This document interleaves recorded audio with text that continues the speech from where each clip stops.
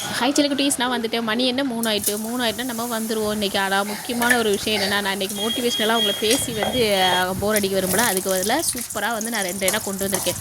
ஒன்று தோசை, இன்னொன்று சட்னி. ஆனால் ரெண்டுமே நம்மளோட ஹெல்த்தியானது. அது என்ன சட்னி என்ன தோசை அப்படிங்கிறத நம்ம வீடியோக்குள்ளே போய் பார்க்கலாம், சரியா?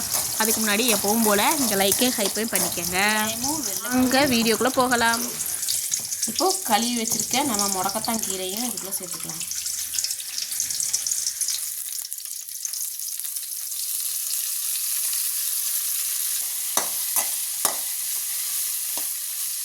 லைட்டாக வதங்கட்டும், ரொம்ப வதங்க வேண்டாம், அப்புறம் அதோட சத்துக்கள்லாம் போயிடும். அதனால லேசாக மட்டும் வதங்கட்டும். இவ்வளோ நேரமாக அடுப்பை வந்து ஸ்லோவில் வச்சுருந்தோம். இப்போ வந்து ஃபுல் ஹை ஸ்பீடில் வச்சு ஒரு செகண்டை மட்டும் ஃபுல்லாக வதக்கி விட்டுட்டு ஆஃப் பண்ணிடணும். ஏன்னா நம்மளே கால் வலின்னு தான் சாப்பிட போகிறோம். அதில் ரொம்ப வதக்கி ரோஸ்ட் மாதிரி பண்ணி சாப்பிட்டோன்னா நம்ம கால் வலி அப்புறம் நம்ம கூடவே உட்காந்துரும். ஸோ அதனால கொஞ்சம் லைட்டாக வதங்கலாம், நம்ம வந்து ஆஃப் பண்ணிடலாம். இப்போ ஆஃப் பண்ணிடுவோமா? அவ்வளோதான். இப்போ இது ஆறட்டும். இது ஆறுறதுக்கப்புறம் நம்ம இதை அரைச்சி வந்துடலாம். இது ஆறுறதுக்குள்ளே நம்ம இப்போ என்ன பண்ணணும், அதுக்கடுத்து இன்றைக்கி முடக்கத்தான் தோசை, இன்னொன்று என்னது பிரண்டை சட்னி. ஸோ அதனால் பிரண்டை சட்னிக்கு நம்ம ரெடி பண்ணிடலாம். இப்போ இதை வந்து நான் இன்னொரு பாத்திரத்தில் மாற்றிட்டேன். ஏன்னா 2 பொரிக்காஞ்சிட்டு எடுத்து இதெல்லாம் ஒரே பொரிக்காஞ்சிட்டில் எல்லா வேலையும் பார்த்துடலாம் அப்படின்னு சொல்லிட்டு இதை மாற்றி வச்சு இப்போ அதே பாத்திரத்தில் கொஞ்சம் நமக்கு தேவையான அளவு நல்லெண்ணெய் ஊற்றிக்கலாம். நல்லெண்ணெய் ஊற்றி அது கொஞ்சம் காயட்டும். அது வரைக்கும் கொஞ்சம் வெயிட் பண்ணுங்கள். அது கூடவே 1 கப்பு ஃபுல்லாக வந்து கருப்பு உளுந்து சேர்த்துக்கோங்க. ஏங்கா இவ்வளோகான்னு சேர்க்குறீங்க, உங்களுக்கு 4 பேர் தானே இருக்கீங்க அப்படின்னு சொல்லிட்டு நீங்கள் கேட்கலாம். பட் இது என்னென்னா என்னோடய ஃப்ரெண்ட்ஸுக்கும் சேர்த்து, ஏன்னா அவங்க யாருக்குமே இதெல்லாம் செய்ய தெரியாது அப்படின்னு சொன்னாங்க. சரி, நான் இருக்கேன், நான் செஞ்சு தரேன்டி வாடி அப்படின்னு சொல்லிட்டு நான் அதான் செஞ்சுக்கிட்டு இருக்கேன். செஞ்சு இனிமேல் தான் நான் கொடுத்து விடுவேன். அதை தான் உங்கள்கிட்ட காட்டிக்கிட்டு இருக்கேன். நீங்களும் கொடுங்க.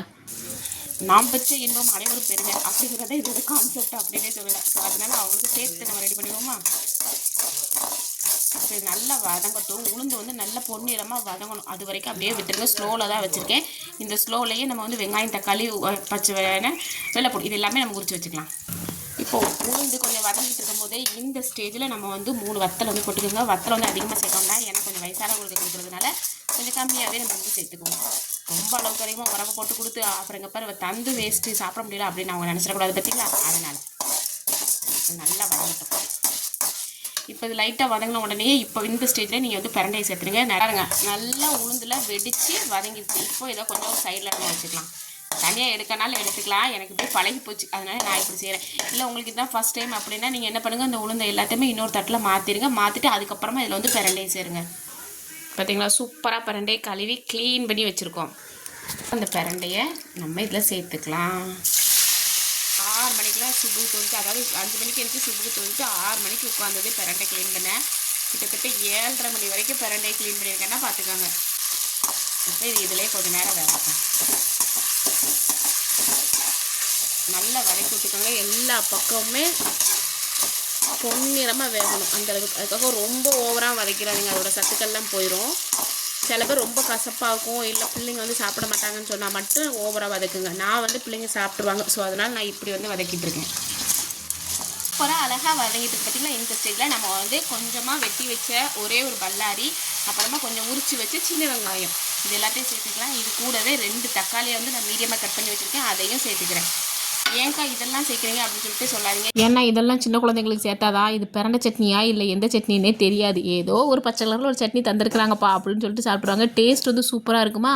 ஸோ இதனால் இதில் பிரண்டை சேர்த்துருக்கோன்னு சொல்லிட்டு நம்மளாம் சொன்னால் தான் உண்டு. அவங்களால அதை கண்டிப்பாக கண்டுபிடிக்கவே முடியாது. அந்தளவுக்கு டேஸ்ட் வந்து வேறு லெவலில் இருக்கும். அதனால தான் நான் இதை எல்லாமே சேர்த்துருக்கேன்.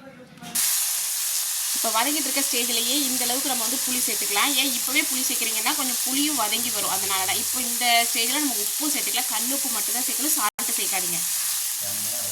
இப்போ இந்த நேரத்தில் கல் உப்பு சேர்த்தாச்சு. பிரண்டையை க்ளீன் பண்ணும்போது நான் க்ளவுஸ் போட்டு தான் க்ளீன் பண்ணினேன். ஆனால் பார்த்தீங்கன்னா இது சாப்பாடு செய்யும் போது கழுவணுமே அப்படின்னு சொல்லிட்டு நான் கையை விட்டு கழுவிட்டேன். அது இப்போ செஞ்சுக்கிட்டு இருக்கும்போதே கையை அந்த ஊரல் எடுக்குது. ஸோ நீங்கள் க்ளீன் பண்ணும்போது நல்லெண்ணெய் இல்லை தேங்காய் எண்ணெய் எதையாவது ஒன்று 2 சைடு 2 கையிலையுமே நல்லா அப்ளை பண்ணிவிட்டு அப்புறமா ரெடி பண்ணுங்கள். இல்லைனா இன்றைக்கி ஃபுல்லாக நம்ம சொரிஞ்சிக்கிட்டே அலைய வேண்டியதாக எதுவும் பார்த்துக்கோங்க. இப்போ பாருங்கள் நல்லா வதங்கி வருதா? இன்னும் ஒரு 5 நிமிஷம் நல்லா வதங்கட்டும். இப்போ கீழே ஆஃப் பண்ணுற நேரத்தில் நம்ம இந்த மாதிரி மல்லித்தலை வந்து சேர்த்துக்குவோம். மல்லித்தலை எதுக்காக சேர்க்குறோன்னு பார்த்தீங்கன்னா நல்ல கலர் க்ரீனிஷாக இருக்கும். அதாவது பச்சை கலர் தான் நம்ம பிள்ளைங்க சாப்பிட்றதுக்கு ஆசைப்படுவாங்க இல்லையா? ஸோ அதனால் பச்சை கலரில் இருக்கட்டும்னு சொல்லிட்டு மல்லித்தலை. அது இல்லாமல் டேஸ்ட்டும் வேறு லெவலில் வரும், வாசனையும் நல்லா என்ஹான்ஸ் பண்ணி கொடுக்கும். ஸோ அதனால் நம்ம லாஸ்ட் மினிட்ஸில் நம்ம வந்து மல்லித்தலையை சேர்த்து ஸ்டவ்வை ஆஃப் பண்ணிடணும். ஆஃப் பண்ணிடலாமா? இதுதான்ப்பா ப்ரொசீஜர். சரியா? இப்போ இதை நல்லா அரைச்சி வச்சுட்டு தோசையும் சுட்டு சாப்பிட்டு பார்த்தா சும்மா வேறு லெவலில் இருக்கும். அரைச்சிட்டு வந்து உங்கள்கிட்ட காட்டுட்டா? அப்புறம் அரைச்சிட்டு வந்துட்டோம். இது என்னது உங்களுக்கே தெரியும், முடக்கத்தான் அரைச்சி வச்சுருக்கோம். முடக்கத்தான் கீரையை நல்லா வதக்கி அரைச்சி வச்சாச்சு. இப்போ இதை நம்ம மாவோட கலந்துக்கலாம்.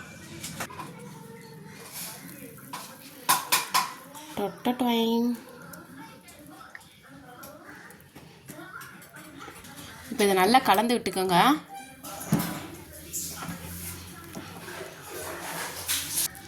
இந்த அளவுக்கு நம்ம கலந்து வச்சுக்கணும். நல்லா தோசை மாவு பதத்துக்கு கலந்துக்கோங்க. இட்லியும் வேண்டாம், தோசையை ஊற்றி கொடுங்க. ஏன்னா பிள்ளைங்க கசக்குன்னு சொல்லிட்டு சாப்பிட மாட்டாங்க.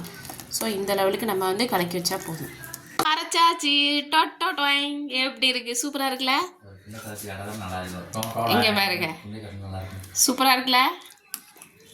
பக்கவே அருமையானதாக இருக்கும், வேறு லெவலில் இருக்கும். இந்த பிரண்டை சட்னி கண்டிப்பாக ட்ரை பண்ணி பாருங்கள். நீங்கள் மட்டும் பண்ணாமல் பக்கத்து வீட்டுக்காரங்க எல்லாத்துக்கும் சேர்த்து கொடுத்து பாருங்கள், அவ்வளோ டேஸ்ட்டாக இருக்கும். இது சுட சுட தோசை, முடக்கத்தான் கீரை தோசை, பிரண்டை சட்னி வேறு லெவலில் இருக்கும்.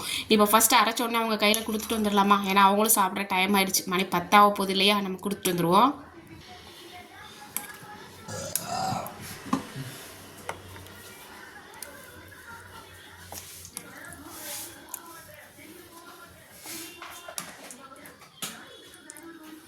இது ஒருத்தவங்களுக்கு.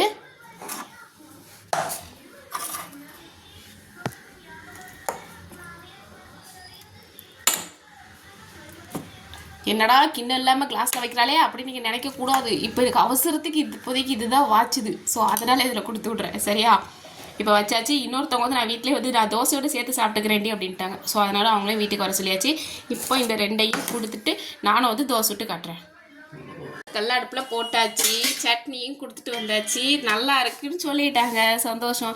யாருக்காவது ஒருத்தருக்கு செஞ்சு கொடுத்துட்டு அவங்க நல்லா இருக்குன்னு சொல்லும்போது வர சந்தோஷம் இருக்குது, அதில் வேறு லெவல் ஃபீல் இல்லையா? இப்போ நமக்கு தோசை ஊற்றிக்குவோமா? ஃபஸ்ட்டு நம்ம வேலையை கொடுத்துட்டு வந்தாச்சு.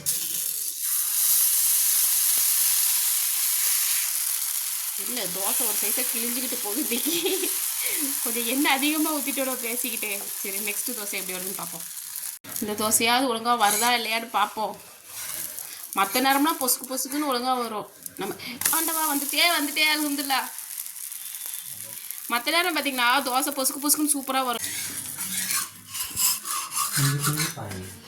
தோசையை சுட்டாச்சு. நம்ம வச்சு சாப்பிட்டு பார்த்துடலாமா? ஏன்னா நமக்கு தானே கால்வலி, நம்ம தான் கொஞ்சம் அதிகமாக சாப்பிடுவோமே. இனிமேலாவது நம்ம உடம்ப நம்ம கவனிக்கணும் அப்படின்னு நான் நல்ல பிள்ளையாக இருக்கலாம்னு நினச்சிருக்கேன். ஸோ சாப்பிட்டு வருவோம். ஃபஸ்ட்டு சாப்பிட்டு பார்ப்போமா? செம்ம சாஃப்டாக இருக்குது தோசை. ஒருவேளை முடக்கத்தான் தோசை இப்படி தான் சாஃப்டாக வருமோ? வா, வேறு லெவலில் இருக்கலாம். பார்க்குறக்கே சாப்பிட்டு பார்த்துருவோம்.